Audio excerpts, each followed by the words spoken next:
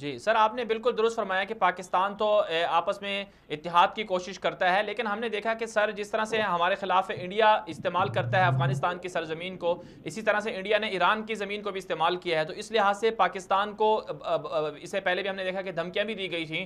तो पाकिस्तान को तो इस फैसले से किसी हद तक मेरे ख्याल में खुश होना चाहिए या मुत्तफिक होना चाहिए कि प्रॉक्सी वार रुक जाएगी पाकिस्तान के अंदर जो चलाई जा रही थी।